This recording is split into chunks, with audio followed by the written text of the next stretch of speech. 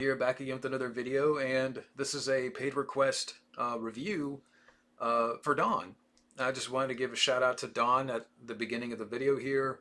I don't know if he wanted me to mention his last name, but Dawn sent in a paid request through PayPal for me to review the 1988 supernatural horror film Pumpkinhead, directed by Stan Winston. And that I have seen this film before.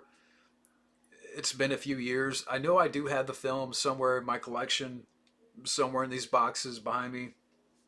I was able to watch the film, through Tubi, so it is available on Tubi. But yeah, I've always thought this is a good horror film, and the plot here to sort of get that out of the way for this. So basically, you have these inner city young adults. They enter this small town with dirt bikes, and you have this young boy, Billy Harley, who was run over and left for dead, and his father, played by Lance Henriksen, Ed Harley, wants to take revenge into his own hands by, conjuring this demon, Pumpkinhead, to exact justice on these punks. And, it's a tale of revenge, and that is basically the plot here. Here again is directed by Stan Winston, who is mostly known for, special effects, providing special effects, for the Terminator films early on. I know he did, I think the first three Terminators, and then, of course, early before that, Jurassic Park, he worked on that, and, unfortunately, he's no longer with us, which is sad because, we could, in the world of now, where we see a lot of green screen in movies and everything just looks fake and, CGI overload. We don't have a Stan Winston to provide the, you know, practical effects. We don't have, a guy like him now that provides something tangible in regards to effects, because everything now is, and yeah, I could talk about this forever. The topic of, CGI has is overdone and has been overdone, and too much green screen now, and everything just looks fake and polished and too clean. But going back to Stan Winston, again, it's just unfortunate we don't have a guy like him now. But he directed this movie, and I thought he brought some effective direction here.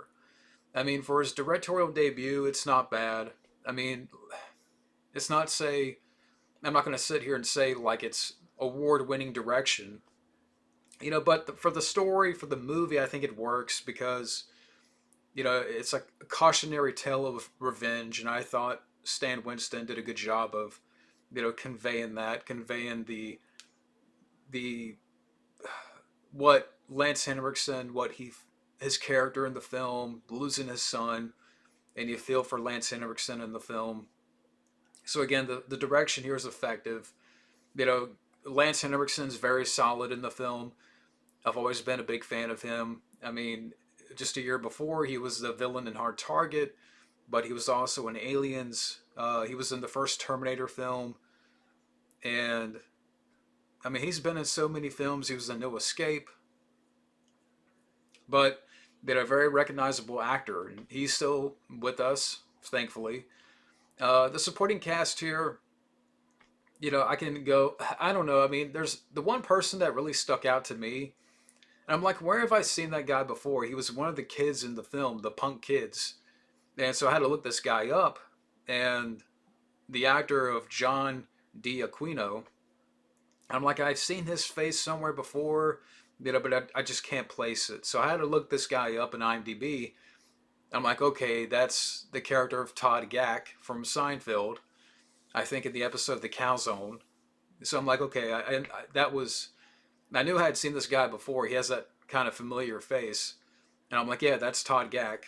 Well, I'm a big Seinfeld fan, so, uh, he stood out to me a little bit, than I would say more than the other actors because I recognized him. But also too, I have to mention the witch character. That I thought the witch in the film was creepy. Maybe in some ways the witch is creepier than the actual Pumpkinhead. But I'll talk about the creature of the Pumpkinhead in a minute. But the actress Florence Sh- Schaffler. Yeah, I thought she did a really good job here. Playing the witch, and every scene with the witch is creepy. I thought it worked. I thought it was effective.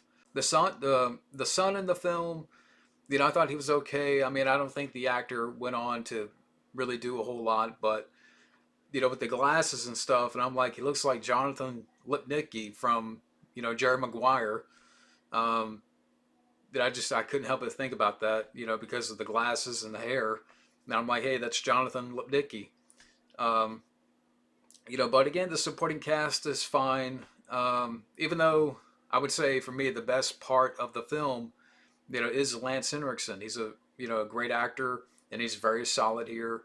I thought the setting worked. With the misty backwoods type of setting, the Pumpkinhead, the look of the creature, it was cool, and the design of Pumpkinhead I thought worked.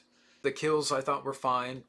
I mean, if you compare it to other horror films, maybe the kills here are not the most memorable, but the punks, they got what they deserve in the film. It moves at a good pace. It's about an hour and 25 minutes, so it's an easy watch. And again, I really enjoyed the small town setting in the misty backwoods. Um, the witch character was a nice touch to the film, and definitely adds to the creepy factor in the atmosphere.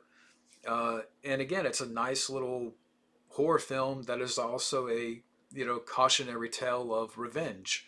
And Pumpkinhead is a solid film.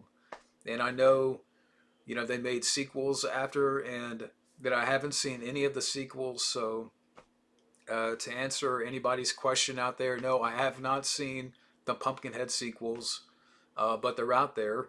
But yeah, so getting to my rating of the film here, on a scale of 1 to 10, for me, I'm going to give this a 7. Again, this is a solid horror film that for me it works, and Lance Henriksen's very solid here. A good atmosphere, good setting, and yeah. So, and again, thank you to Don for the paid request. I just wanted to mention that again. Shout out to Don. But thank you guys for watching, and have a good day.